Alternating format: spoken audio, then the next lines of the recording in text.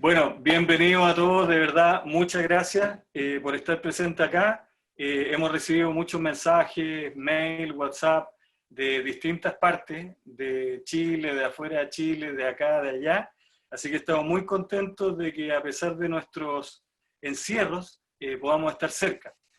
Como decía Javier, vamos a hacer varias detenciones en esta conversación para que ojalá todos puedan participar.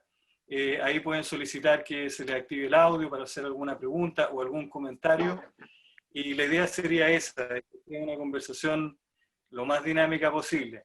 Yo les voy a contar un poco, a lo largo de estos años de montaña, lo que hemos recolectado de esta maravillosa montaña y partir un poquito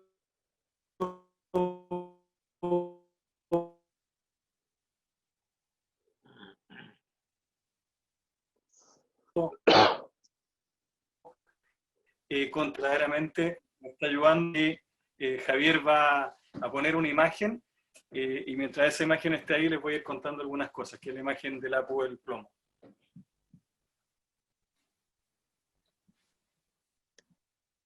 Ahora voy, Diego, dame unos segundos. Perfecto. Antes de denominar tan tajantemente al plomo como el Apu Guamani del plomo, que verdaderamente Apu Guamani son denominaciones quechua, son incas, verdaderamente, vamos a contar también antes de los incas lo que ocurría en el Valle del Mapocho, lo que posteriormente, después de 1541, se denominó el Valle de Santiago de Nuevo Extremo. Pero verdaderamente el Valle del Mapocho, un nombre más ancestral que Santiago, y antes de eso lo que ocurría en este entorno de montaña. Así que pronto vamos a ver unas imágenes que son muy categóricas porque muchas veces nos han contado, digamos, que estas montañas que están cerca tienen ciertos senderos, ciertas rutas de ascenso, pero verdaderamente estas rutas de ascenso antes de los deportistas, antes de los arrieros y antes de los incas, hubieron otros pueblos. Esos pueblos los vamos a conocer hoy día y vamos a tratar de revalorizar nuestra historia y nuestro entorno. Finalmente son nuestros antepasados en todo sentido de la palabra, como montañistas, como chilenos, como habitantes de Santiago, etc. Ellos son los que merecen nuestro primer respeto y recuerdo. Tenemos esta imagen maravillosa del plomo desde el sector de la travesía entre el Cerro Parva y Pintor, justo antes de llegar a la zona final de la arista al Pintor y después a su cumbre. Esta foto la sacó Fernando Borges, que es parte de nuestro equipo. Ellos son de Victoria Films y realmente es un trabajo maravilloso. Y tenemos la suerte de salir con ellos en cada actividad del Centro de Formación de Montaña, lo que es un lujo porque podemos registrar con esta calidad esta experiencia. Esta foto para nosotros es muy importante porque vemos como tres telones de fondo, ¿no?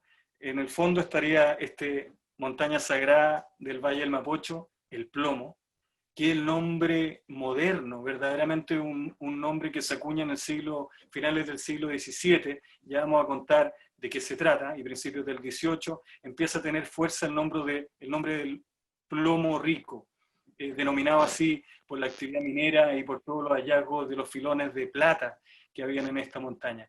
Pero verdaderamente esta montaña tiene otro nombre que desconocemos completamente, porque los incas lo llamaban, ¿no es cierto?, Apu Guamani, el señor del valle, que es un nombre bastante genérico o protector del valle para denominar montañas sagradas dentro de la cosmogonía inca. Pero previamente no sabemos qué nombre le ponían las tribus originarias, que ya vamos a hablar de ellas, y que es un gusto presentárselas, por supuesto, muchos de ustedes ya las conocen, pero deberían ser un poco nuestras imágenes originarias de los primeros montañistas de estos valles. Este sendero que ustedes ven en esta imagen, muchos de ustedes lo han recorrido. Todos los días que hacemos este sendero, entrenando para el Aconcagua o utilizándolo como parte de nuestros ascensos cotidianos durante el año, olvidamos verdaderamente que estos senderos no fueron hechos por montañistas. Estos senderos fueron realizados por el uso continuo y constante de tribus originarias del valle, de los valles cordilleranos, que eran principalmente los chiquillanes. Los chiquillanes eran grupos nómadas, eran grupos montañeses, habitaban en las zonas cordilleranas y cruzaban de un lado hacia otro de Chile y Argentina, y eran muy similares a los tehuelches o a las tribus puelches.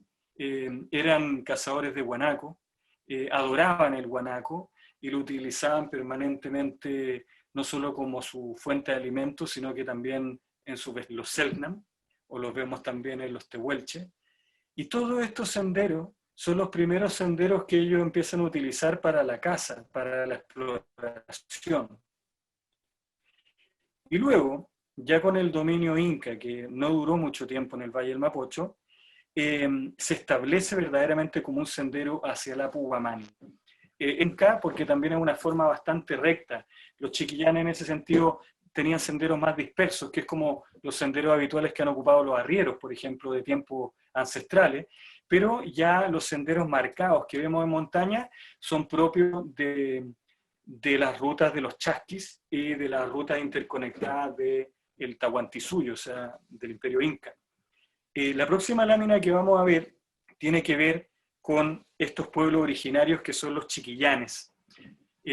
Vamos a contarles un poco acerca de ellos cuando esta imagen. Los chiquillanes, como les contaba, fueron los primeros habitantes de estos valles. El lugar más anecdótico de esta tribu se encuentra en Yerbaloca, en el famoso llamado Valle de Yerbaloca, donde todos los amantes de la escalada en hielo que tuvimos la oportunidad de forjarnos en esos valles, hemos podido constatar al dormir en cuevas y en los bivac que habitualmente solíamos ocupar en ese valle en invierno, era muy común encontrarse con restos previo a la cerámica de material lítico, de puntas de flecha principalmente. Esos habitantes que estuvieron en esas casas de piedra, como la casa de piedra Carvajal, por ejemplo, Piedra Carvajal, que es muy conocida, ¿no es cierto?, en Yerbaloca, justo en ese peldaño previo al glaciar de la Paloma, todos podríamos decir, oye, pero esa piedra es una casa piedra, ¿no? Es como la denominación típica del Valle Central en la jerga de los arrieros, pero la verdad, ese es un asentamiento post-era glaciar. Hay vestigios de entre 11.000 y 6.000 años en esos valles, y en los valles también del otro lado, donde se encuentran, en la zona de olivares, donde se encuentran vestigios de esas tribus nómadas, cazadoras y recolectoras. Entonces, por eso es tan importante conocer esta cultura que les vamos a contar. Javier, ¿pasó algo con la lámina o la pudimos ubicar? Tengo una imagen de... Ah, ya, ahora sí. Ahora sí que dame un minuto y te la envío. Y te la voy mostrando. Muchas gracias. ¿Y por qué les quiero contar, antes de entrar a la materia del Apu Guamani y de los incas, por qué algo posterior? Es como hablar de la independencia, de la época republicana o de nuestro tiempo contemporáneo. Nosotros somos visitantes posteriores a estos valles. Los primeros, digamos, son los cazadores-recolectores post-era glaciar, que se encuentran, como les decía, vestigios en la zona del Salto de Olivares. Hemos tenido la suerte, cuando realizamos la expedición de la segunda zona a la cara sur del Polleras, que fuimos con Cristian García Hueoro y otros ilustres amigos, pudimos ver y constatar que los lugares que ocupaban los arrieros de forma ancestral eran los mismos que habían ocupado las tribus chiquillanes y eran las mismas que habían ocupado los grupos cazadores y recolectores post-era glaciar, con una data entre 11.000 y 6.000 años atrás. Es sorprendente, es increíble poder hacer un bivac, llevar tu carpa, instalarte en esos lugares y pensar en que antes de nuestras ascensiones fueron estos pueblos los que habitaron ahí. A mí personalmente no solo me emociona, sino que me entrega una nueva forma de mirar el montañismo en estos valles. Ya no se trata de conquistar una cumbre o subir un cerro, que son jergas militares del principio del siglo XX. En Europa, entre el 1900 y 1950, la jerga de montaña era ataque a la cumbre, victoria, conquista. Toda esa terminología es militar y es bélica, y es propia de que en Europa, durante esa época que había montañistas, entre el 1900 y 1950, también ocurrieron 2 guerras mundiales. Entonces, la jerga universal del alpinismo era también militar, y muchas veces se ocupaba el mismo desplazamiento de las expediciones con la misma logística militar que estaba tan bien diseñada en el fondo. Pero posteriormente ya a esa grande guerra, y en esta época, creo yo que la invitación es volver a tener una jerga distinta y una forma distinta de hacer montañismo. Una forma de rescatar nuestros orígenes y revalorizar este patrimonio intangible que lo tenemos en la cordillera.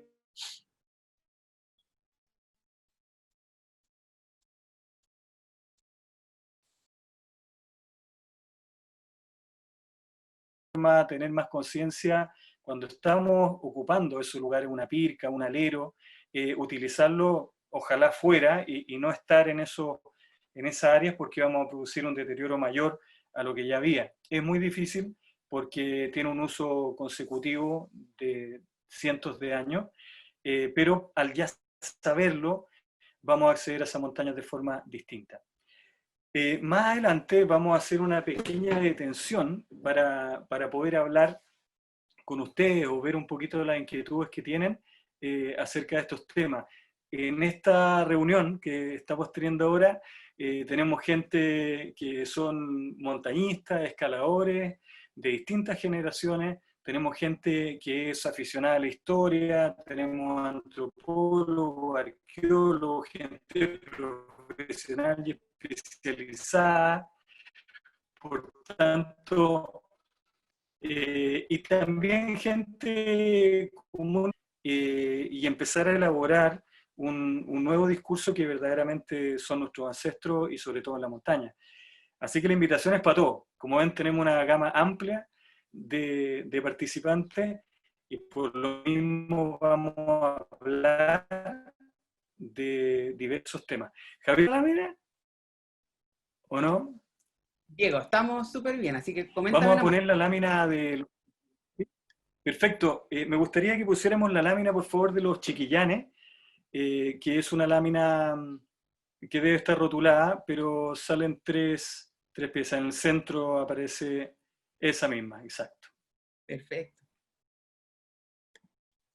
Muchas gracias.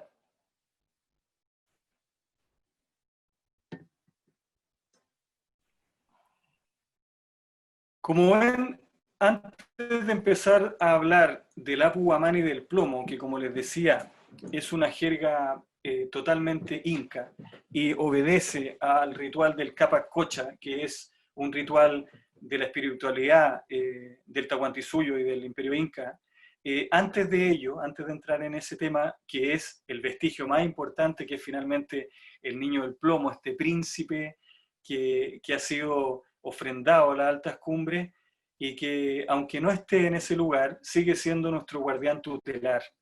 Ya vamos a hablar de ese maravilloso hallazgo y de lo que significa verdaderamente como chilenos, como habitantes del Valle de Santiago, tener una montaña sagrada de esta magnitud tan cerca, ¿no? Esta lámina muestra al lado izquierdo, ¿no es cierto?, la casa de piedra Carvajal, que es la que está en el zócalo, el segundo escalón al final del Valle de Hierba Loca, para acceder a lo que es el glaciar de la Paloma. Esa casa de piedra es posterior a la era glaciares, y de ahí fue sucesivamente utilizada por diversos grupos, desde los chiquillanes hasta los arrieros, hasta los montañistas, etcétera, mineros, pirquineros y muchos otros personajes que habitaron nuestras cordilleras desde tiempos inmemoriales. Quiero rescatar la imagen de los chiquillanes, que lamentablemente no tenemos fotos de ellos, pero las fotos más cercanas son de los tehuelches. En el centro ustedes ven la imagen de un abuelo tehuelche con su nieto, y tienen un guanaco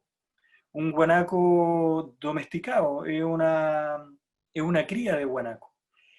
Para los chiquillanes, al igual que los tehuelches, los puelches, que son tribus que comparten orígenes muy comunes, eran cazadores recolectores, eran personajes que se dedicaban a la ganadería también en baja escala de los camélidos andinos, y principalmente el guanaco era la figura más fuerte y más potente de ellos, porque, como se ve en la imagen, les entregaba estos abrigos maravillosos, que tenemos un mal concepto de cómo se usaban, en la forma correcta, cómo se utilizaban en la foto. Es decir, la parte del pelo del animal estaba en contacto con el cuerpo de la persona y la parte exterior del cuero del animal obviamente está hacia afuera. Por tanto, eran más bonitas por dentro que por fuera, pero tenemos una distorsión de esta vestimenta porque hay muchas imágenes como las de Martín Gusín y otros exploradores de principios del 1900, donde le solicitaban a estos personajes que se dieran vuelta estos abrigos para que resalten la fotografía. Problema estético, y también murieron de neumonía. Pero el uso general y real de las mantas hechas con piel de guanaco es el que se ve en esa imagen, que es exactamente igual al que ocuparon los chiquillanes. Los chiquillanes, como les contaba, eran tribus tremendamente hábiles, tenían un idioma propio que se llama Milcayac, era muy similar a los tehuelches y los puelches, tenían intercambios con Argentina, y ellos persistieron en su estilo montañés, nunca cambiaron su estilo montañés. Hasta bastante entrado del año 1700, hay relatos y crónicas donde todavía exploradores que llegan al Valle de Santiago se encuentran con estas tribus, ya mucho más pasado la existencia de los incas incluso. Y ellos seguían con su cultura ancestral de grupos nómades montañeses. Está diseminado de muchas puntas de flecha y material lítico en todo el Valle del Mapocho, en el Valle del Cepo, en el Arrayán, en la zona del Pintor, el Parva, el Leonera, restos de estos grupos montañeses. Estos para mí son verdaderamente los primeros montañeses de los valles que circundan el Apu, Guamani y el Plomo. La próxima lámina que vamos a ver, que nuestro querido Javier nos va a ayudar a encontrar, es una lámina en donde se muestra el plano inca de Santiago y Horizonte. Está como 2 líneas más abajo ahí está al medio, una media verde que está ahí. Un poco más abajo, ahí, esa. Muchas gracias. Yo acá no tengo muy buena conexión, por eso Javier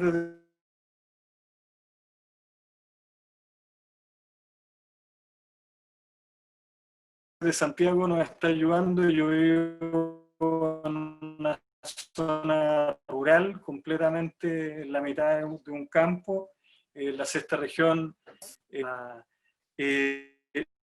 Vamos a partir ahora y el Apu Guamani del Plomo, y cómo este tiene una influencia tan importante en nuestra vida diaria. Todos los que vivan en Santiago, los que están participando de esta conversación, esta charla, y que vivan en Santiago, desde ahora empiecen a apreciar esa ciudad con otro ojo.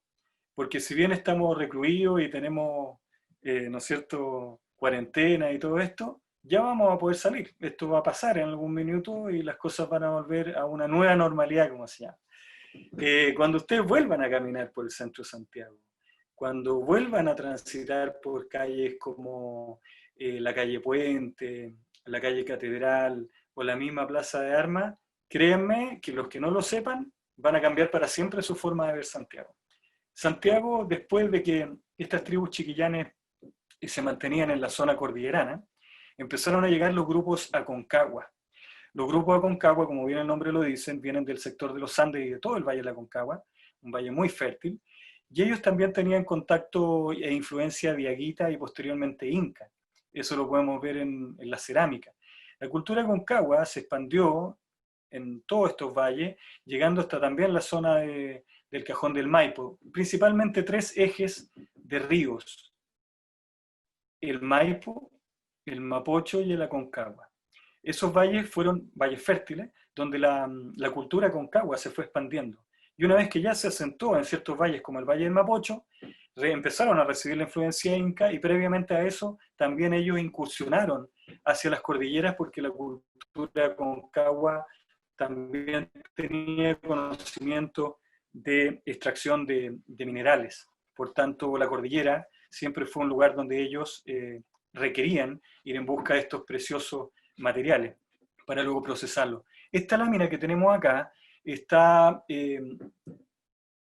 está armada con distintas láminas de distintos ensayos de distintos profesionales, de los que realmente quiero esta imagen de Rubén Stenberg, que trabaja en la sección de antropología del Museo de Historia Natural. Es la persona que persistentemente desde finales de los años 70 no ha dejado abandonada la teoría de que el Valle de Santiago tendría un centro incásico importante y que todo lo que circunda el Valle del Mapocho tiene una tremenda, es de un tremendo valor espiritual y religioso para el mundo inca,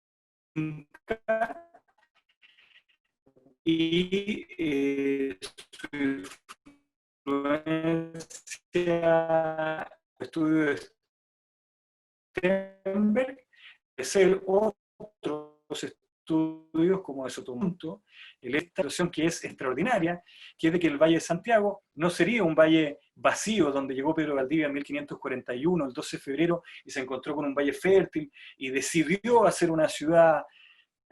No, la historia no es así, y la historia lo dan su vestigio. El Valle del Mapocho, antes de los incas, como les contaba, con la cultura concagua y la presencia de los chiquillanes, ya estaba habitada. Un valle que tiene clase 1 de suelo, es decir, el mejor suelo que puede haber.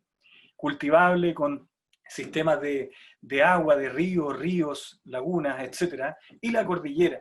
La cordillera como un bastión no solamente que provee una cantidad de elementos muy ricos para una nueva civilización, sino que también es un lugar de adoración, porque todos los pueblos originarios adoraron las montañas porque eran los puntos más altos de la... Vemos en esta lámina, al lado izquierdo, una especie de intersecciones de líneas. Esa intersección de líneas, propuestas por Stenberg y Sotomayor, de hecho, este es un documento de Sotomayor, esta imagen. Todo esto está citado y a nosotros también les vamos a hacer llegar un material de ensayos de arqueología y antropología, donde están estas tesis, digamos, completamente señaladas, para que ustedes también las puedan seguir estudiando. Y en esta lámina, como ven al lado izquierdo, tenemos un plano de Santiago en vista aérea, en donde se ven las intersecciones de ciertos puntos. Acá lo más importante siempre son los ejes de cordillera y cómo esta ciudad se empezó a armar en el Valle del Mapocho, a los costados de lo que era el Capañam, que es el camino inca, que llegó hasta ciertos vestigios en el Maule. Y la imagen que tienen a la derecha es una superposición de dos imágenes. La de más arriba podríamos simular cómo se imaginaba el Valle de Santiago. Vemos construcciones incas, vemos la llegada del camino del Inca, el río Mapocho al costado, y en el centro ustedes van a ver una especie de altar donde también hay una intersección, y esa intersección marca justamente 3 puntos en las montañas, principalmente el Punta de Dama, el Provincia, el San Ramón, entre Provincia y San Ramón, y el Plomo. Estas 3 montañas, 2 de ellas pertenecen al contrafuerte andino Provincia, San Ramón, Punta Dama, tienen presencia incásica. En la quebrada de Ramón se han encontrado varios vestigios de ello, bastante recientes, y también unas sepulturas de alto linaje inca en la zona de la quebrada de Ramón, con todo su ajuar funerario. Para la gente que vive en ese sector, o en La Reina, la necrópolis más grande de la ciudad de Santiago está bajo los suelos de La Reina. Se han encontrado tumbas incas con todo tipo de ajuares completos que denotan no solo la mezcla y la influencia diaguita inca, sino que también de que ya esto era un valle completamente ocupado y con una serie de ingeniería de canales, construcciones, etc. Y abajo de esa imagen tenemos las mismas intersecciones con estas 3 montañas, pero que hablan de cuándo se ponen y por qué. Yo tuve la suerte de ser convidado por un grupo de historiadores y antropólogos a la Catedral de Santiago un día a las 4 de la mañana para subir a una de sus torres y medir desde la cúspide de esta torre con un gomón, que es una pieza de uso geométrico para poder calcular ciertos ángulos, la salida exacta del Sol, su trayectoria, sus ángulos, y estos fueron comparados en una superposición que se demoró 14 años, que es también uno de los fundamentos de los trabajos de Sternberg, de nuestro arqueólogo chileno que ha descubierto esta verdadera historia y la ha fundamentado, junto con otros también. Se marca exactamente en el Punta de Damas el solsticio de verano, se marca en la zona del provincia el equinoccio, y se marca finalmente el solsticio de invierno en el Plomo. Lo más maravilloso, que hoy día estamos, ¿no es cierto?, a 13. Si no me equivoco, yo a veces vivo en un mundo medio temporal, así que no sé exacto, pero sí, estamos a 13. Sábado 13, hoy el Kairos y el Cronos, que son dos tipos de medición de los seres humanos con reloj. Entonces, es bueno estar con la mitad. Eso. Entonces, pero en el Cronos, junio, si no se equivoca en mis notas, sí, 22 de junio del 2020, vamos a tener el solsticio de invierno. Solsticio significa el sol tieso. Es un momento en que el sol se queda estático en el cielo durante varios días. También se conoce como el veranito de San Juan, son esos días bonitos que tenemos en medio del invierno. Era también un momento en que distintos grupos de hechiceras y qué sé yo, trataban de comunicarse con el más allá, porque se supone que el velo está más delgado. En cualquier cultura que ustedes lo busquen, se van a encontrar de que el solsticio de invierno es un momento muy, muy clave en los mundos espirituales. Y en el caso de los incas, era nada menos que el Inti Raymi.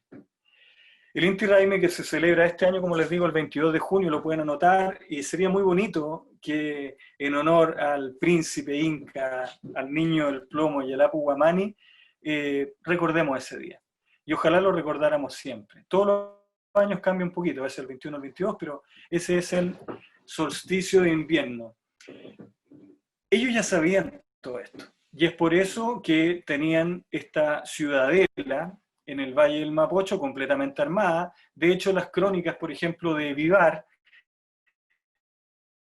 un cronista de la época de Pedro Valdivia, exactamente que cuando llega al Valle del Mapocho había una ciudad habitada que se esperaba que fuera un pequeño Cusco.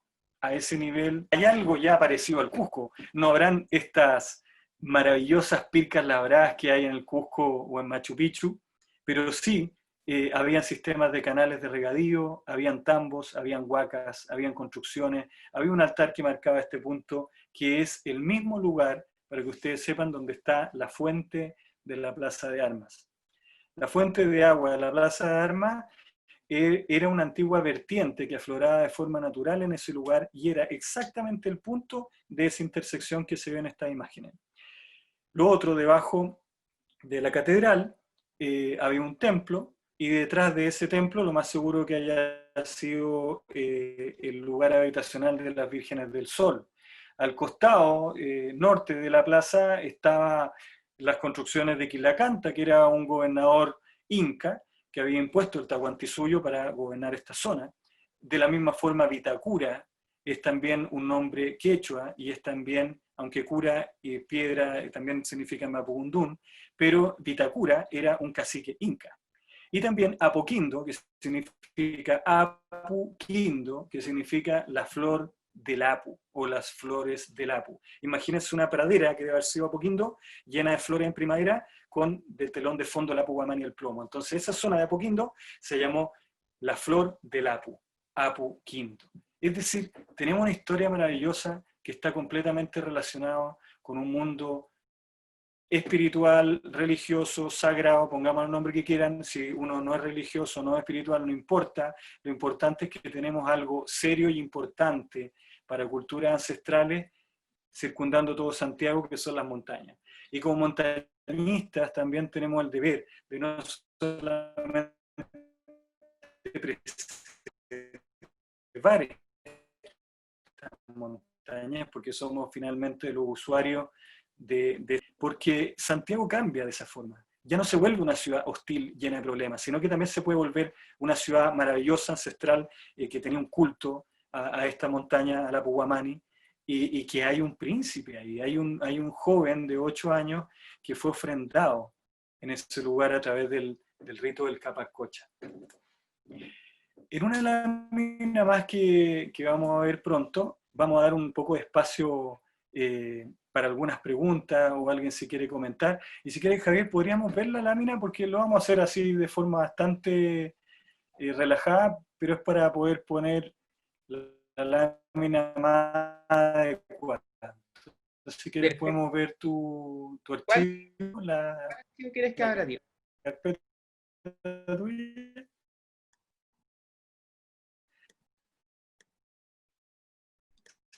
¿Cuál archivo quieres que abra?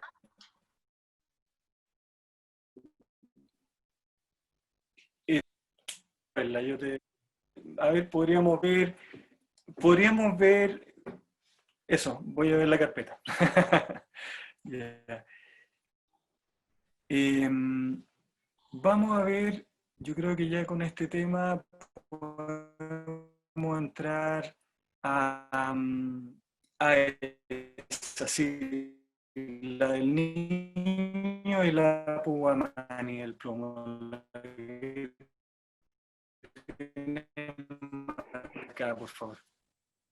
Diego, a propósito de un comentario. Sí. Hay un comentario que hace, por ejemplo, nos comenta Javier que él es tenista y tal vez sus ancestros mapuche hayan vivido por esa zona, nos comenta Javier. Y a propósito de esa pregunta, quisiera abrir una pregunta para ti, que en el fondo te mueve en estas alturas como muchas personas que están por acá. ¿Cómo ha sido ese encuentro para ti como montañista con esta visión mapuche, con esta como visión indígena? Si fue antes o fue durante tu aprendizaje como montañista que de repente empezó a surgir este interés por la historia, la cultura. Perfecto. Bueno, le respondemos a nuestro amigo Javier, qué bueno que haya gente que pueda imaginar que sus ancestros pertenecieron a esos valles. Sería increíble, porque así todos nos sentiríamos con una cierta propiedad. Bueno, la primera aproximación es muy personal. A mí siempre me gustó la historia y los pueblos originarios. Mi primer interés cuando aparecen estas cosas, cuando uno es niño en una profesión, siempre fue la arqueología. No estudié arqueología, finalmente estudié diseño industrial, pero me he acordado siempre de estas materias, y es muy bonito porque la puedes rescatar desde el montañismo, desde el uso de las montañas, desde el alpinismo. Es más, creo que la arqueología de altura es algo que se ha explotado muy poco y que nosotros todos la podemos practicar. La podemos practicar sin mover una piedra. Cada vez que subimos a estas montañas y caminamos por estas laderas, imaginar. La imaginación es un recurso inagotable. Imaginar cómo ellos caminaban, imaginar por dónde transitaban, dónde se detenían a comer, dónde dormían.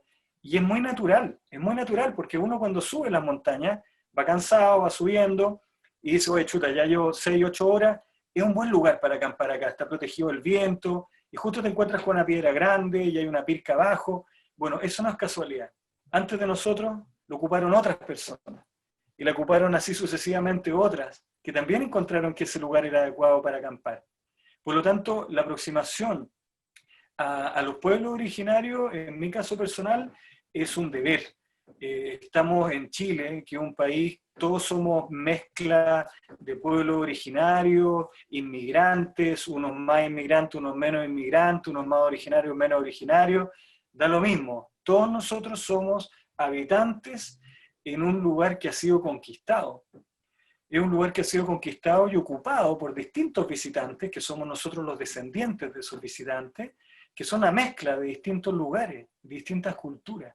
Por lo tanto, para mí lo más apasionante es imaginar quiénes eran los que vivían primero, antes que nosotros en estos lugares, antes que llegara a nuestro idioma, antes que llegara a nuestra cultura occidental, cómo se vivía este lugar. Y para eso, tener el Apu Guamani y el plomo todos los días en Santiago me parece un milagro y me parece algo que tenemos que rescatar. Entonces, esta lámina es una lámina que hicimos un pequeño montaje de poner de telón de fondo la imagen del plomo del Apu Guamani y delante de ella la imagen de este joven, de este príncipe inca, que podría llamarse Cauripasca, podría ser, o podría no llamarse así también. Ahora vamos a conversar un poquito también de eso. ¿Quién era? ¿Cómo vivían? ¿Cómo llegaban estos jóvenes, niñas y niños, a ser ofrendados a estas altas cumbres? Como pasa, por ejemplo, en el monte Yuyayaco, o como pasa en el Aconcagua, que son apus también, y que en ellos se han encontrado 3 y 2 doncellas y jóvenes. En el caso del plomo del Apu Guamani solamente contamos con 1. No sabemos a ciencia cierta si fueron más. No lo sabemos. Puede que haya sido saqueado antes y puede que nunca hayamos tenido la posibilidad de tener a este joven frente a nosotros y que nos cuente la historia. Con esta lámina voy a partir contando una historia, pero antes quisiera abrir el diálogo a la comunidad, a la gente que está acá, para que podamos conversar un poquito y no sea una cosa tan monóloga. Si alguien quiere preguntar algo o levantar la mano. ¿Aló? Hola, Camila. Hola. Oye, mira, es que estoy escuchando con un poco de dificultad porque se corta bastante y te quiero preguntar, en ese trazado imaginario en el que el plomo corresponde al solsticio de invierno, ¿verdad? Y el punta de dama al solsticio de verano, no alcancé a escuchar nada respecto de la Concagua, si me puedes repetir eso. Sí, el trazado de esas 3 montañas, el Punta de Dama, el Provincia y el Plomo, corresponden a la cosmogonía local del Valle del Mapocho. Esas son las Ah, montañas provincia. tutelares que marcan un calendario en el horizonte a través de estas 3 grandes momentos astronómicos y astrológicos que la cultura precolombina veneraba. Pero el caso de la Concagua, que lo vamos a ver en un ratito más cuando lleguemos a la cumbre del plomo, porque estamos como caminando hacia el plomo. Todos vamos a subir el plomo hoy día, de forma distinta. El Entonces, cuando ya provincia, lleguemos entonces. a la cumbre del plomo, el provincia es la cumbre intermedia entre el Punta de Damas y el plomo, que marca el calendario horizonte, que también se le llama así, de los 3 grandes momentos astronómicos de la cultura precolombina, de todas, ¿eh? Pero los incas las tenían más marcadas. Básicamente el solsticio de invierno, el equinoccio y el solsticio de verano. El equinoccio, ya, eso era. No, no lo alcancé a escuchar, gracias. No te preocupes, gracias a ti. ¿Alguien más quiere comentar algo o tiene Diego, alguna inquietud? Diego por acá, Ricardo, ¿cómo estáis? Hola, Ricardo, ¿cómo estás? Bien, ¿y tú?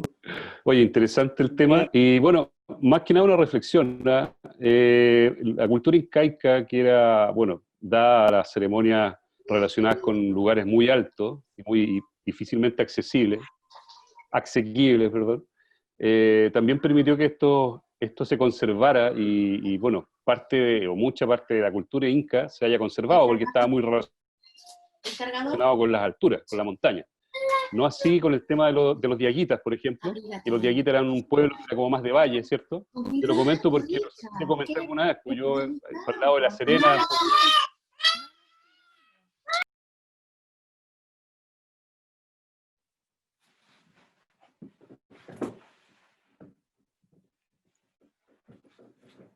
¿Aló? ¿Me escucha? ¿Sí? Sí, sí. Sí, en un conchal habían restos, imagínate, te estoy hablando 15 años atrás, habían restos de jarrones diaguitas botados. Obviamente los jarrones pato, tú los debes Sí. conocer, pues, los famosos jarrones pato diaguitas.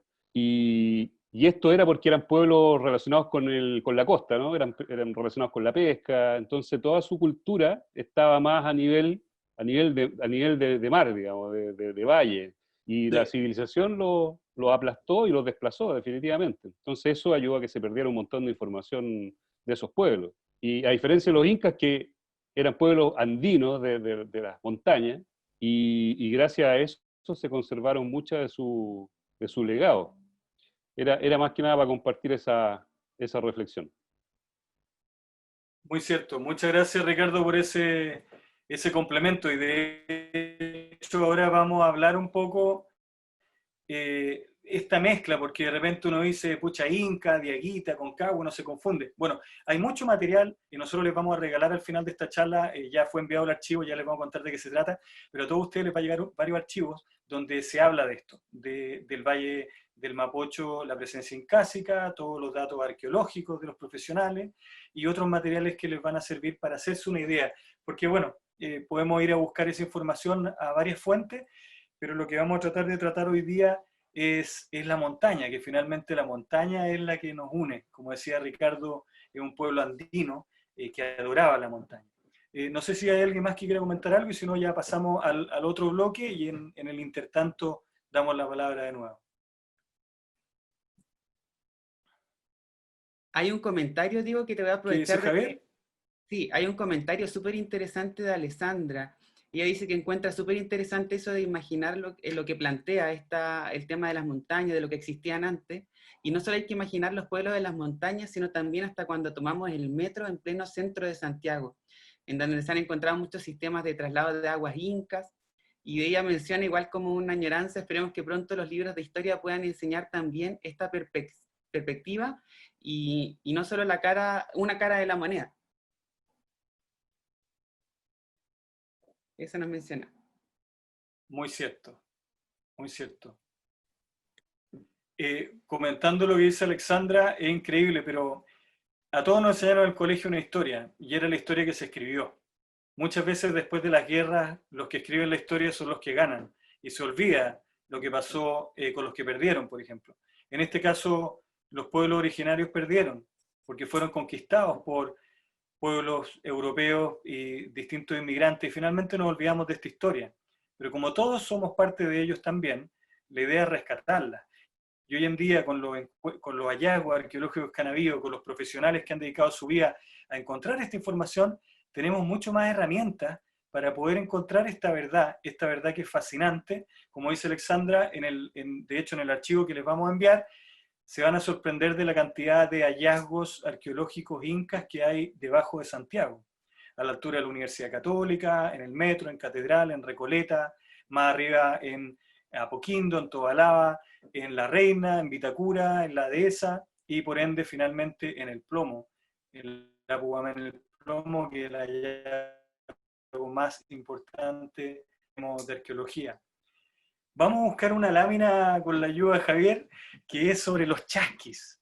Tenemos una lámina de los chasquis, porque de alguna forma, si a nosotros nos gusta el montañismo, el alpinismo, nos gusta subir montañas, a la gente que le guste el trail running o el sky running, y todo tipo de disciplinas de correr en altitud, de caminar en altitud, de subir montaña, no podemos desconocer a nuestros ancestros directos del deporte de montaña, que son los chasquis. Nosotros heredamos de los europeos las técnicas de escalada, el uso de las cuerdas, el uso de los crampones, el uso de los piolés, el uso de los mosquetones, los nudos que eran del mundo marítimo, se fueron a la montaña en Europa y llegaron finalmente a los alpinistas, andinistas acá en Chile o al resto del mundo. Pero por eso nosotros hablamos de andinismo y alpinismo. Si nosotros vamos a utilizar cuerdas, nudos, equipos de escalada europeo, estamos haciendo alpinismo. La escalada en hielo, por ejemplo, una técnica completamente alpina, propia del alpinismo. Pero si hacemos andinismo, tenemos que venerar aún más la cultura de montaña de los Andes. Y una de estas, para mí, la más importante desde el punto de vista deportivo, es la imagen de los chasquis. Los chasquis eran unos atletas de montaña, eran unos especies de alpinistas ultraligeros, que podían incluso cruzar algunas zonas de glaciar. No hay vestigio de chasqui o de construcciones incas en zonas escarpadas, en paredes verticales, porque obviamente se requería un equipo más especializado como el que se importó de los Alpes ya a principios del 1900, que es el equipo moderno que evolucionó de montañismo. Pero previo a eso, previo a lo que es la escalada de paredes, todo lo que es subir montañas, ascender montañas por glaciares, por senderos, por quebradas, etc., eso se lo debemos a los chasquis. Estos personajes, chasqui es una palabra quechua que significa correo, pero más allá de los chasquis, más allá de la etimología de la palabra chasqui, los chasquis, ¿quiénes eran? Eran unos tipos fuertísimos, hombres y mujeres, de entre 18 y 25 años, según los registros de época, según los cronistas, en donde ellos eran entrenados no solamente para entregar un mensaje que se podía hacer de dos formas, a través de los quipus, de los sistemas de cuerdas y cordines anudados, o a través de mensajes orales. Eran los dos sistemas de mensajería que tenían los chasquis. Ellos cuando recorrían de tambo en tambo, cada construcción incásica que se le denominaba tambo era un lugar donde también se podía alojar y se podía proveer de ciertos alimentos. Era una estación donde tú podías llegar a descansar, alimentarte y seguir. Estas eran ocupadas principalmente por los chasquis, y en todo el Tahuantinsuyo, todo el imperio inca, estaban interconectadas en distintas distancias propias del terreno y el lugar donde habían sido emplazadas. Estos chasquis tenían que correr, si recibían el mensaje de un inca, de un tambo a otro tambo, y se hacía una verdadera posta. Igual que las postas que teníamos que hacer en la escuela o en el colegio, de ir corriendo y va a hacerle el palito al otro y el otro sigue así, igual, pero en montaña. Y es por eso que en las montañas de los Andes está lleno de senderos de altura, lleno. Y todos esos senderos de altura van por las aristas. Todos los senderos que van por aristas son senderos precolombinos, utilizados por los incas y principalmente por los chasquis. Y cuando se llega a los tambos, los que hemos tenido suerte de encontrar algún tambo en un estado más o menos original, vamos a encontrar atados de leña, pequeños trozos de leña de litre. En la zona central se encontró litre allá arriba en el Apu Guamani y el Plomo. También se encuentra el garrobo y distintos árboles que son bastante resinosos, por tanto son buenos en combustión y entregan una llama y entregan un aporte calórico mayor. Todos estos tambos que tenían estos elementos se encendían estos atados de leña y podían servir como unas señaléticas para poder saber que uno había llegado a un tambo y el otro tenía que ir a encontrarse.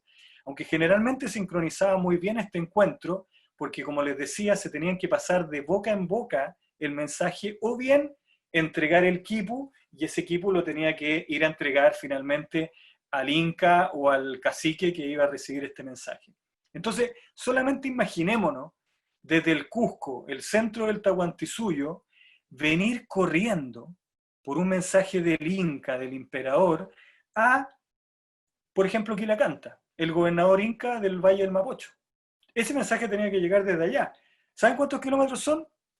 Son 2.906 kilómetros desde el Cusco hasta Santiago. Redondémoslo en 3.000.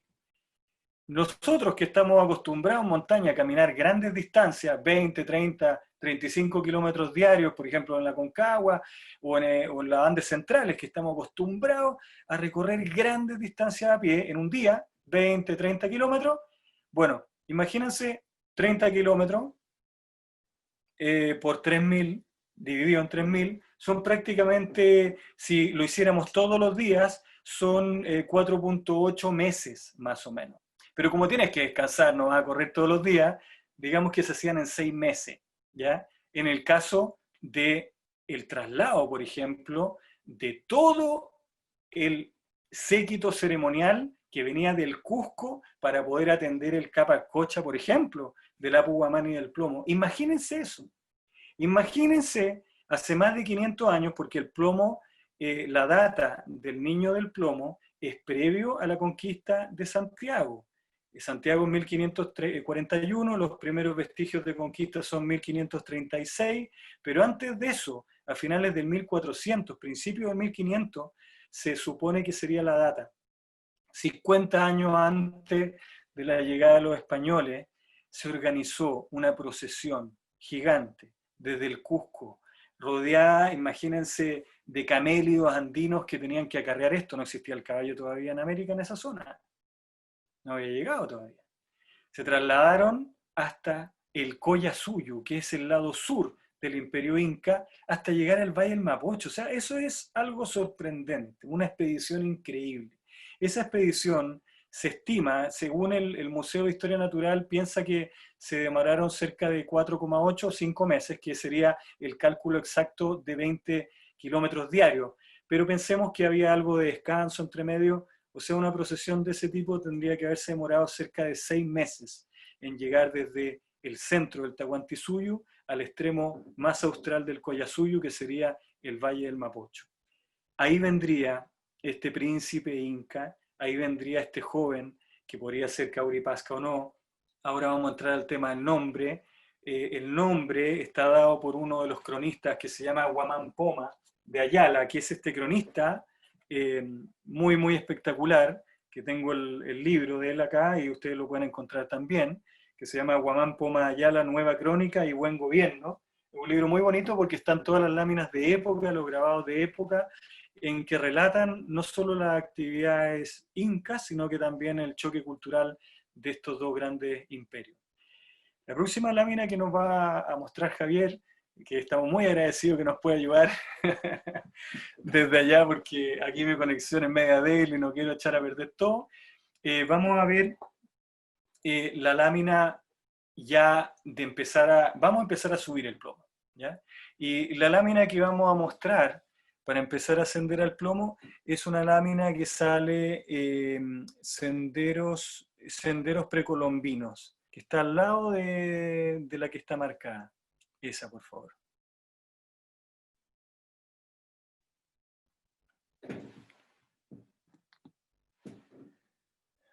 Buenísimo. Bueno, salimos del Valle del Mapocho, salimos de Santiago del Nuevo Extremo, nombre ya posterior a Pedro de Valdivia, y empezamos a subir por los valles cordilleranos.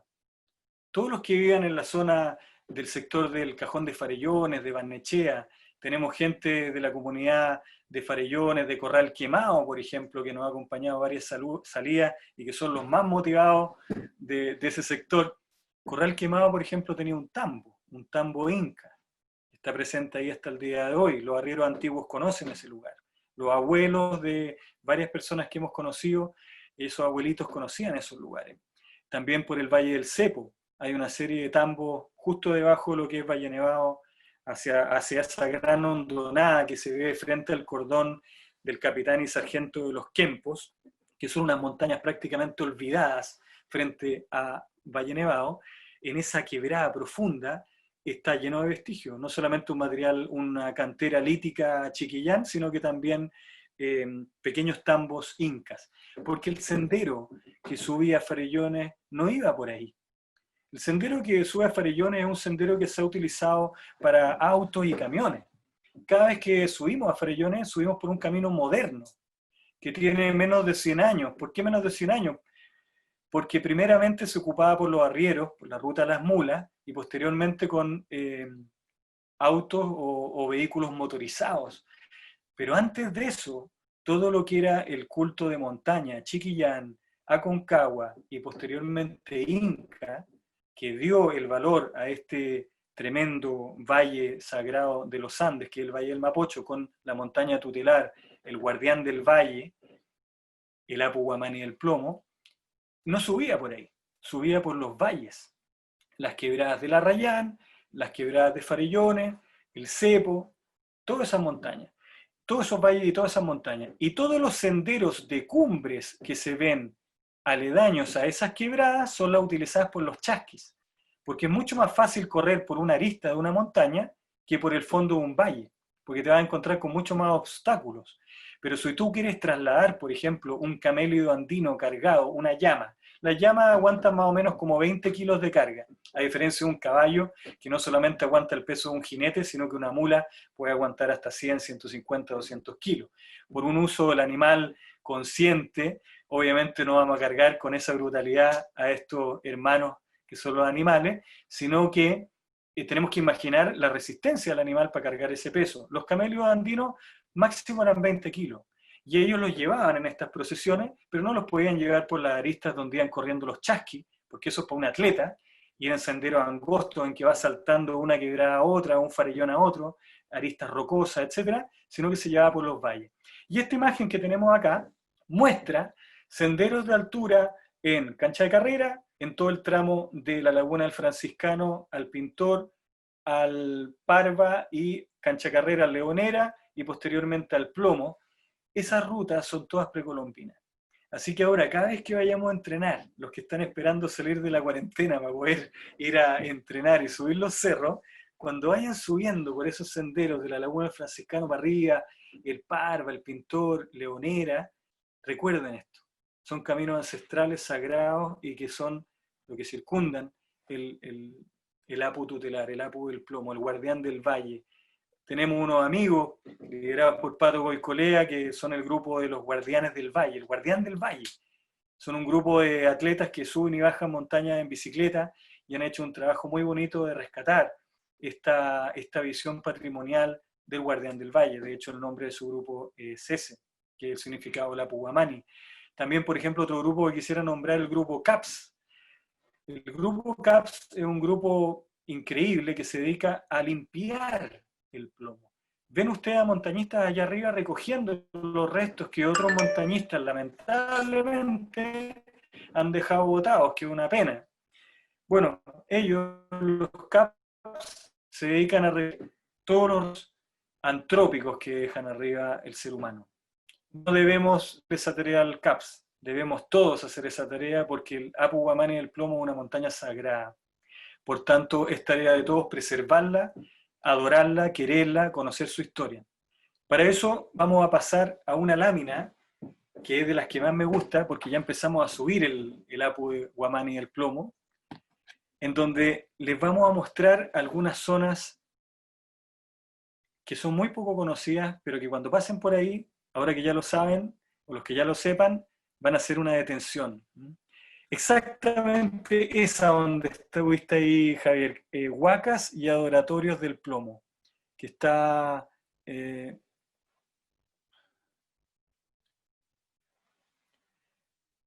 perfecto, muchas gracias. Genial.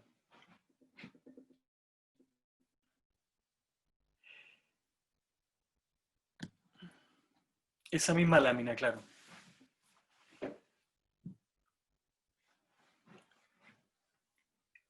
Esta lámina, todos los que hayan ido al Plomo han pasado por este lugar. La imagen de la izquierda es un sendero que sube desde Piedra Numerada, lugar también donde había un tambo inca, hacia un pequeño salto que hay ahí. Esa quebrada que tiene una cascada al costado izquierdo cuando vamos subiendo hacia lo que es Federación, justo antes donde está ese escalón, ¿no? Esta pequeña cascada, tiene una vista muy bonita al Plomo, que es lo que se ve en esa imagen.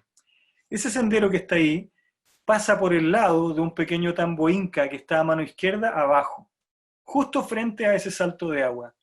Ese lugar es una huaca, es un lugar de adoración, es un lugar sagrado inca, en donde probablemente los curacas, sacerdotes o chasquis se hayan establecido ahí en un retiro espiritual previamente, por ejemplo, a atender el ritual del Capac Cocha, que ya vamos a contar exactamente de qué se trata. Y la imagen que ustedes tienen a la derecha es la que nosotros vulgarmente le llamamos en jerga montañística la pirca del indio. La pirca del indio que me parece algo terrible. La pirca del indio es un adoratorio. Nosotros deberíamos decirle el adoratorio del Inca, o no sé, hay que ponerle un nombre, el altar podría ser, porque es un verdadero altar.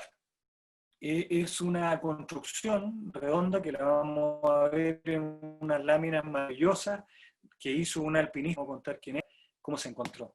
Esta imagen es muy categórica porque pasamos siempre que vamos al Plomo por una huaca, o sea, un lugar de sagrado, de ceremonial, y pasamos también por un adoratorio, que es un centro ceremonial previo al glaciar Iber. Eso está a 5.200 metros justo antes de cruzar el glaciar. ¿Cuántas veces nos hemos puesto los crampones, hemos parado a comer algo ahí, hemos tirado la mochila? Bueno, ahora que cuando hagamos eso a una distancia, y ojalá tomarse un momento de silencio, ojalá no mover una piedra, porque ese es un centro de adoración inca previo al sepulcro final de nuestro querido niño del Plomo, que ya vamos a contar. ¿Cómo parte esta historia del hallazgo de la momia del Plomo? Hay muchos mitos, ¿no es cierto?, mal llamada momia del plomo, y hay muchos mitos que hay alrededor de ella, porque es una historia fascinante, es como una historia prácticamente de una película de Indiana Jones, es algo por el estilo. Para eso vamos a ver una lámina que nosotros hicimos en el Centro de Formación de Montaña. Estamos haciendo unas láminas técnicas donde queremos contar un poco, no solo cosas del equipo, sino cosas culturales, y justo esta semana lanzamos la lámina del Niño del Plomo en contexto a esta charla, a esta presentación y conversación que íbamos a tener, para contarles un poquito más quién era y cómo era y qué le pasó, cómo vivió, en qué consistía el ritual. Bueno, en esta lámina vemos el estado actual del Niño del Plomo, lo que se logró rescatar. Pero la historia parte en febrero de 1954, cuando 3 arrieros que eran de Puente Alto subieron con el sueño de encontrar una mina de plata. Esos arrieros vivían en condiciones bastante pobres y humildes en Puente Alto. Fueron arrieros que se jugaron su vida por cambiar el destino de su familia y por querer tener una vida mejor. Estoy hablando nada menos que de Luis Ríos Barrueto, que fue el que escribió las memorias de su tío y de su primo en el hallazgo del Niño del Plomo. Estos 3 arrieros, Chacón y también Ríos, que era primo de Ríos Barrueto, y su tío Chacón, que era un señor, don José Chacón, que era don José Guillermo Chacón, que era un señor ya más de edad, que incluso le faltaba una manito, porque en uno de los juegos que tenían en la mina ahí del volcán, en un matrimonio y en unas festividades, sacaron unos cartuchos de dinamita y explotó. O sea, una historia y una anécdota increíble. Este señor, eso pasó como en los años 20. Este señor, don Guillermo Chacón, recibió la idea y el comentario de un amigo de él, que era otro arriero más viejo, que era un pariente, que le dijo: en la zona del Salto del Olivares, al otro lado del Plomo, hay una mina de plata. Mira, te voy a regalar este lingote de plata que yo encontré para que te hagas la funda de tu corvo. Eso fue exactamente lo que ocurrió entre esos 2 arrieros. Los arrieros en esa época, los pirquineros ocupaban corvo, era la herramienta normal que tenían, por eso después se ocupó en la Guerra del Pacífico. Y este señor le regala a su primo, a su pariente, este trozo de lingote de plata que era una colada de plata, es decir, un material en estado natural de plata, sólida. Y le dice: mira, en ese lugar hay una mina. Si tú quieres encontrarla y hagámonos ricos y seamos los dueños de esa mina, vamos en busca de ella. Este señor murió al poco tiempo y el señor Chacón se aventuró con sus animales a lo más arriero, te fijas, llevando a todos sus pertrechos a lomo de mula, eligiendo un buen caballo, con mantas, con sombrero, se remontaron por las cordilleras. Y logró convencer, después de 2 expediciones anteriores que había tenido, donde encontró algunas cosas, pero no encontró la mina de plata, pero sí encontró pequeñas figurillas de oro y plata, y también de concha de Spondylus, que son unas conchas muy apreciadas por el Imperio Inca en la época que se realizaban los capacochas, que es lo que vemos allá abajo, que son en esta lámina. Ustedes pueden ver algunas partes de la ofrenda. Abajo ven unos camelios andinos, que son llamas, guanacos o vicuñas, hechas en Spondylus, en esa concha que es la rosadita, y las otras son de oro y plata.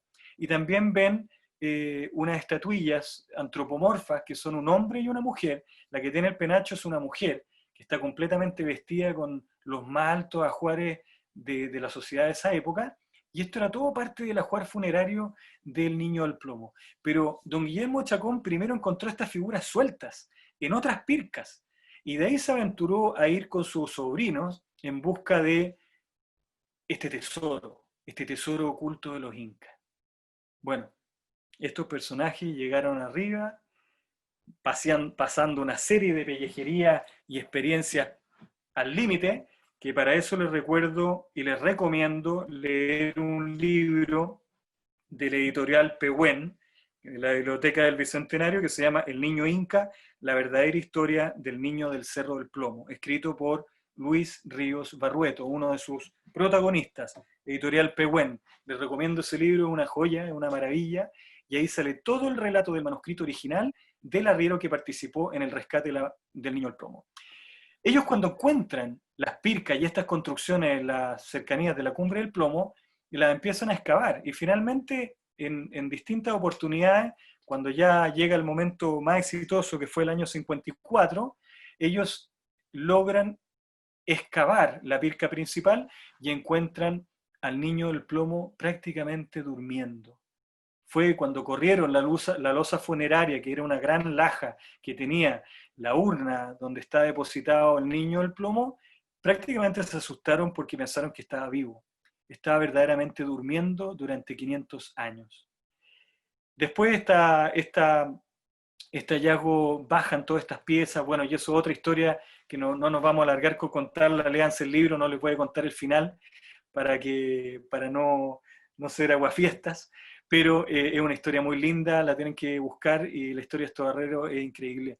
Bueno, ellos se dieron cuenta como arrieros, y hay que rescatar lo que ellos sintieron que era algo importante. Sintieron que era algo que no era llegar y comercializarlo, destruirlo, etc. Y trataron de vendérselo a los museos, al Museo de Historia y al Museo de Historia Natural, que finalmente el Museo de Historia Natural, con los profesionales que tenía en ese minuto, se dieron cuenta del valor histórico, antropológico y arqueológico, una joya, un tesoro, y intentan todo para poder comprarlo, y finalmente lo adquieren y se lo compran a sus descubridores. Y gracias a eso, hasta el día de hoy, permanece en el Museo de Historia Natural, en el 4º piso, en una cámara con baja temperatura, -5, y todos los años el Museo de Historia Natural permite en el Inti Raymi, el 22 de junio, en este caso el de este año, que ojalá podamos ir, que no haya cuarentena, ir a visitar al niño del plomo. Es muy bonito lo que ocurre ahí. Busquen también lo que cuenta el Museo de Historia Natural acerca de este tesoro, hay mucha información valiosa, pero el foco, para no desviarnos del tema y seguir subiendo el plomo, porque ya nos queda poco para llegar a la cumbre, es contarles que este niño, probablemente por los ajuares que tiene, pertenece a un alto linaje del Collasuyo, del sur del Tahuantinsuyo. Está intacto, tiene un penacho de plumas de cóndor, está con sus estatuillas, tiene una bolsita maravillosa que está hecha con plumas de parina, y dentro de ello hay hojas de coca, y tiene además la figurilla de los camelios andinos. Verdaderamente la pacocha puede ser bastante duro y difícil de entender al pensar de que cómo podemos sacrificar un niño en la cumbre, pero tendríamos que haber vivido hace más de 500 años, haber pertenecido a la cultura inca, a su espiritualidad, para poder entender. Pero en buenas cuentas, el Capac Cocha es un ritual que busca en las más altas cumbres comunicarse con sus dioses, depositar ahí una ofrenda. En este caso, el Capac Cocha, cuando se ofrendaban niñas y niños, estos niños eran tratados como jóvenes sagrados. Estos niños vivían aparte, su familia estaba completamente honrada de poder tener un hijo o una hija que fuera instruida para un Capac Cocha, y los niños crecían con la máxima educación, con las mejores atenciones que existen, pero finalmente ellos sabían que iban a subir a encontrarse el dios Inti, y con Viracocha, y con todas las deidades del trueno, la luna y la lluvia de la cosmogonía inca. Ellos sabían eso y habían sido entrenados desde su nacimiento. Eso no les quita un poco lo que puede sonar para nosotros terrible, pero hay que entenderlo de esa manera. Un culto sagrado a las montañas. Hay que respetarlo, entenderlo, quererlo, conocerlo, y de esa forma vamos a darnos cuenta que el plomo, esta montaña, que para muchos la llamamos en algún momento una montaña chalera, que da lata, que los acarreos, que cansador, no, es nuestra montaña sagrada frente al Valle del Mapocho, que tenemos la suerte y el privilegio de tener. Podemos entrenar en esa montaña, podemos seguir practicando nuestro deporte, o podemos simplemente ahora ir a un retiro espiritual para conectarnos en ese lugar. Tenemos una montaña tutelar, un guardián del valle sagrada que nos protege día a día en el Valle del Mapocho. Así que esa es como la revalorización un poquito de esta conversación que aquí también estudiar algo o quiera mencionar algo acerca de esto. Javier, te dejamos la palabra. Aquí estoy, Diego.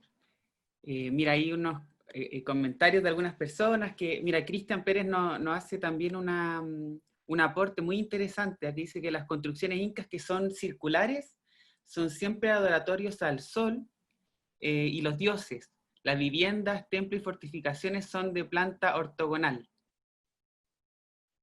Exactamente. Hay una pregunta también que nos hace ahora Mauricio Ortiz, que pregunta, ¿qué edad tendría el niño al momento de su sacrificio?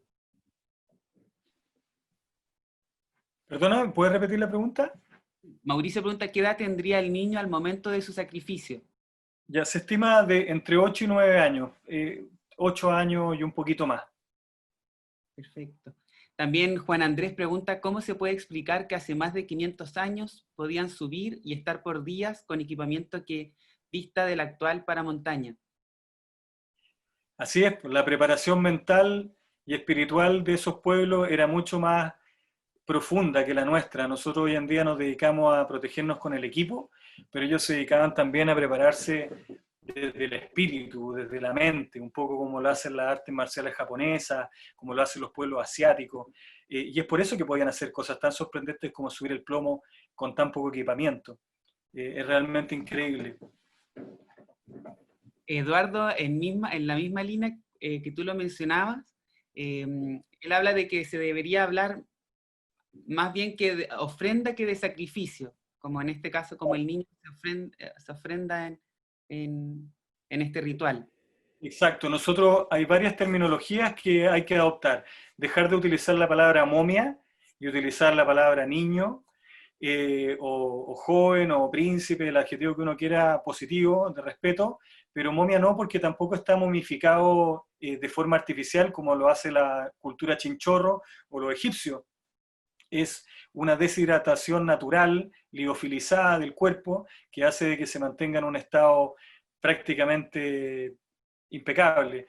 Es casi un milagro de la naturaleza, dadas las bajas condiciones de la temperatura que había en el permafrost, donde estaba él depositado. Hay que sacar la palabra momia, dejar de ocuparla, y también la palabra sacrificio, justamente porque no se les mataba, no hay constataciones de un traumatismo encefalocraniano, se han hecho varias radiografías al niño del plomo y está en perfectas condiciones. Lo más probable es que se le haya inducido a beber, como parte del ritual Capacocha, algunos fermentos de chicha o de maíz, y eso te producía un adormecimiento natural, que es la muerte blanca, que le llamamos a la muerte en la montaña, y el niño se habría quedado dormido. En el ritual del Capacocha, el niño duerme para siempre, nunca muere, está siempre vivo, y se está siempre, permanentemente, encontrando con sus ancestros y con los dioses. Esa es la esencia del Capacocha. Perfecto. Mira, ahí un comentario que nos había hecho Gerardo igual. No una muerte.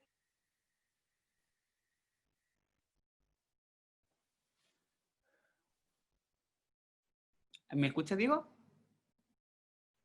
Sí, yo te oigo, sí. Ah, sí. Gerardo también nos había hecho un aporte acá súper interesante. Los chasquis llevaban al Inca pescado fresco desde la costa hasta Cusco. Imagínense. Tal cual. Tal cual. Nos comenta Alessandra también, o sí estoy en lo cierto, dice, tengo entendido que consumían drogas o algún tipo de alcohol para poder soportar las temperaturas.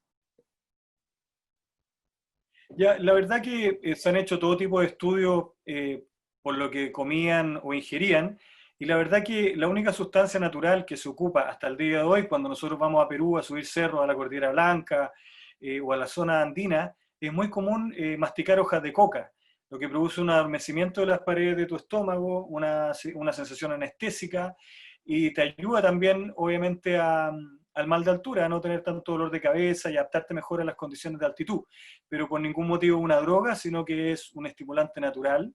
Es como la hierba mate, también es un estimulante de otras partes del organismo, lo es las hojas de coca, y ellos sí, ingerían muchas hojas de coca. De hecho, dentro de una de las bolsas que tiene el ajuar funerario del niño del plomo estaba lleno de hojas de coca.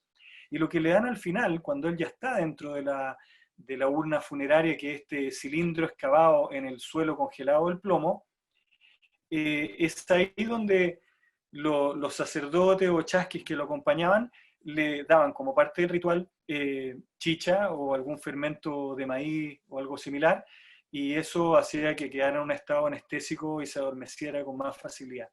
Pero por ningún motivo eran drogas o elementos que alteraran la forma natural que ellos tenían de subir las montañas. Antes de terminar, me gustaría mostrar las láminas de Ludwig Krall y mencionarlo, que son unas láminas maravillosas que nosotros les vamos a entregar por mail. Hemos hecho unas pequeñas láminas donde comparamos, pero es para que podamos ver, ya lleguemos a la cumbre del plomo y vamos a poner la que sale Apu el plomo, el enterramiento, el enterratorio, la de 5400. Aunque podríamos poner quizás la primera, la del oratorio 5200, esa misma, para justamente mencionar lo que nos comentó, no me acuerdo el nombre de quién comentó lo de la diferencia de las pircas circulares y ortogonales. ¿Perdón? Cristian Pérez. Cristian Pérez, muy bueno tu aporte y es absolutamente así. Tenemos la suerte de que un montañista destacado del club alemán, un gran alpinista chileno, Ludwig Krall, subió en 1954, comisionado por el Museo de Historia Natural, a hacer un levantamiento de lo que había todavía arriba, que era prácticamente intacto. Y esa lámina que ustedes ven ahí dibujada por el mismísimo Ludwig Krall, en 1954, muestra el adoratorio circular.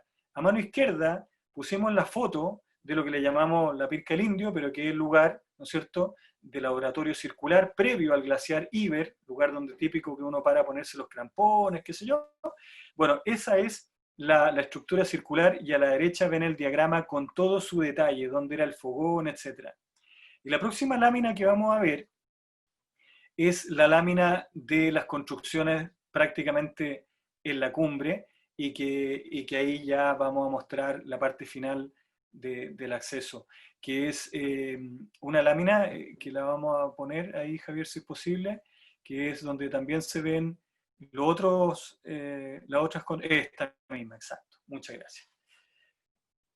Esta lámina también hecha por Ludwig Krall. Mira, es que Ludwig Krall, búsquenlo en internet, no solo un alpinista chileno destacadísimo que hizo primeras ascensiones increíbles, sino que también una persona tan respetuosa y preocupada de este patrimonio, que fue el único que hizo este registro, y un registro tan metódico, con todos los detalles.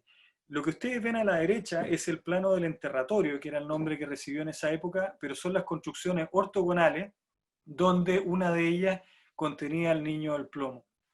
Y al lado izquierdo, ustedes ven esa lagunita, que es producto del deshielo que se forma solamente en las estaciones de verano, y a mano izquierda de esa foto ustedes van a poder ver sutilmente algunas piedras que ya están prácticamente completamente destruidas y diseminadas, pero todas esas correspondían a esta formación de 3 puntos, que era el adoratorio final, era el lugar donde estaba el niño del plomo. Eso está a 5.400 metros, muy cerca de la cumbre, y tiene una vista maravillosa al Valle de Santiago, al Apu de la Concagua y a los Apus del sur, al Apu Marmolejo, también el Maipo, el Tupungato. Tiene una vista extraordinaria y es sin duda el mejor lugar para haber dejado al niño del plomo y haber hecho el ritual del Capacocha, haber hecho estas construcciones, porque es una pequeña explanada que tiene una vista en 360 grados. De hecho, cuando ustedes suben o bajan a la cumbre, no se pasa por ahí. Hay que desviarse un poquito para poder ver este lugar. Es recomendable hacerlo, que lo conozcan, y que ojalá ahí también hagamos una señal de respeto. Nosotros generalmente siempre lo hacemos, llevamos hartos grupos con amigos montañistas y guías al plomo de distintas partes, y siempre hacemos una detención en ese lugar para poder agradecer que tengamos una montaña sagrada y tutelar en el Valle de Santiago. Javier, no sé si alguien más quiere preguntar algo o ya vamos por terminado. ¿Cuánto tiempo tenemos? Ya estamos pasados incluso. Sí, solamente te dejo una pregunta, a ver si la puedes comentar, que está muy interesante. Es, si tú, te la pregunta Eduardo Soto, ¿crees tú que habría habido 3 niños debido a la existencia de 3 pircas? Es muy buena la pregunta, porque Esa pregunta me la he hecho muchas veces. Lamentablemente, como fueron saqueadas las tumbas o las estructuras ceremoniales fueron saqueadas, no podemos constatarlo, y su construcción era muy parecida. Una de ellas, que era la más grande, era la que contenía el Niño del Plomo, pero podría quedar en un misterio por resolver que perfectamente el Apu del Plomo podría haber tenido más ofrendas, como la tiene el Yuyayaco y otras montañas. Diego, bueno, entendiendo que más o menos estamos en la hora, quisiera aprovechar de agradecerte la oportunidad de que nos compartas tu conocimiento, tu experiencia en la montaña, y también a toda la gente que nos está escuchando, que nos está compartiendo esta instancia, que básicamente lo que buscamos con el centro es poder generar espacios donde podamos compartir la experiencia de ustedes como montañistas.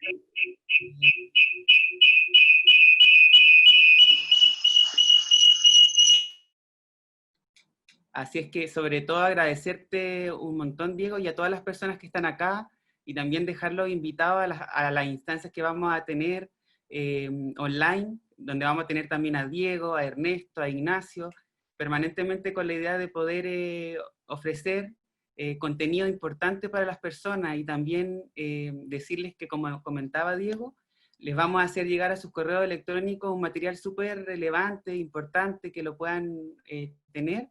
Y también un pequeño formulario para preguntarles qué otras cosas les gustaría también escuchar, tanto como de espacios sagrados, como también de naturaleza.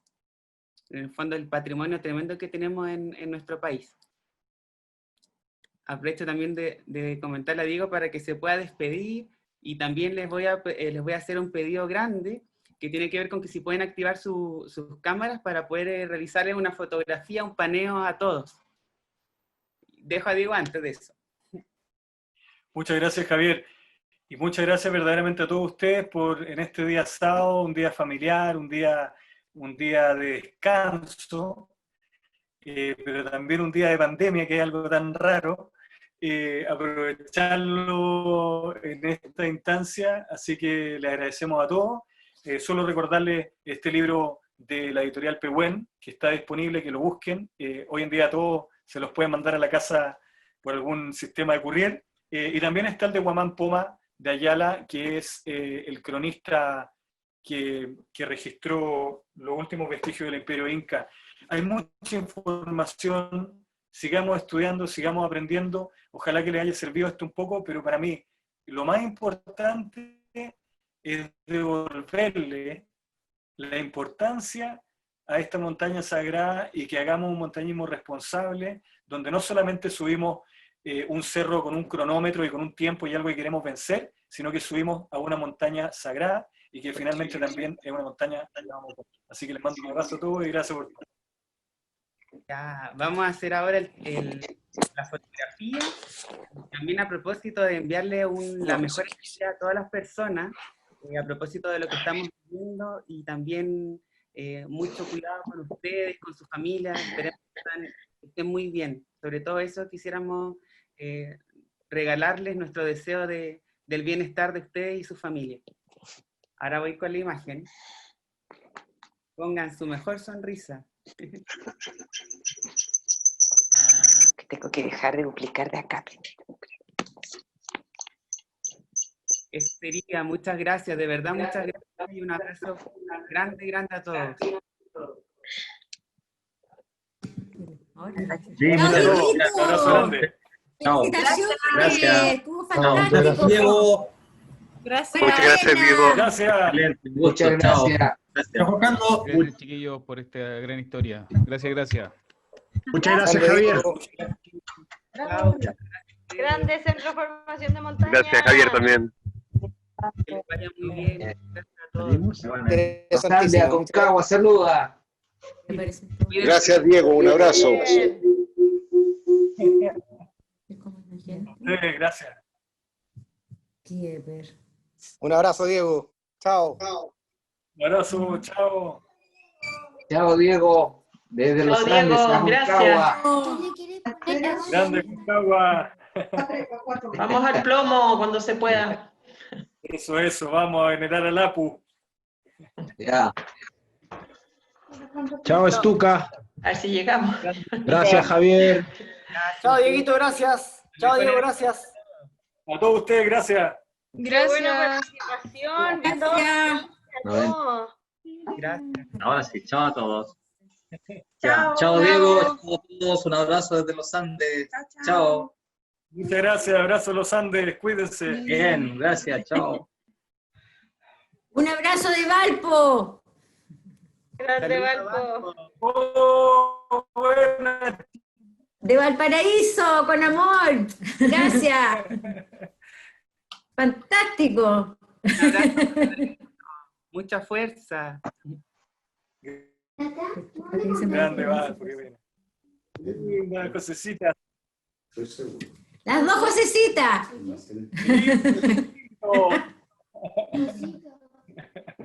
Están haciendo Oye, la Pola no está por ahí. Oye, Javi, muchos niños. Diego, muchos niños también. Sí, bueno. Sábado en la tarde. Buena, Diego. Aquí de Buena. Buena. Mira, la familia ahí, Matías Ortega. Muy bueno el horario de la charla. Gracias, Osvaldo, por tus comentarios y por tu aporte. De verdad, muchas gracias. Qué bueno, gracias por Adelante. todo. Y vengan a los Andes. Ahí, lo único que queremos es ir a Dorado Los Andes. Bueno, un abrazo. Muchas gracias. Excelente, Javier. Te pasaste un millón de gracias. Gracias, Diego. Chao, Javi. Chao, Diego. Josita, ¿cómo estás? Beso. Beso, José. Ah, justo cortó, sí. Muchas gracias. Chao.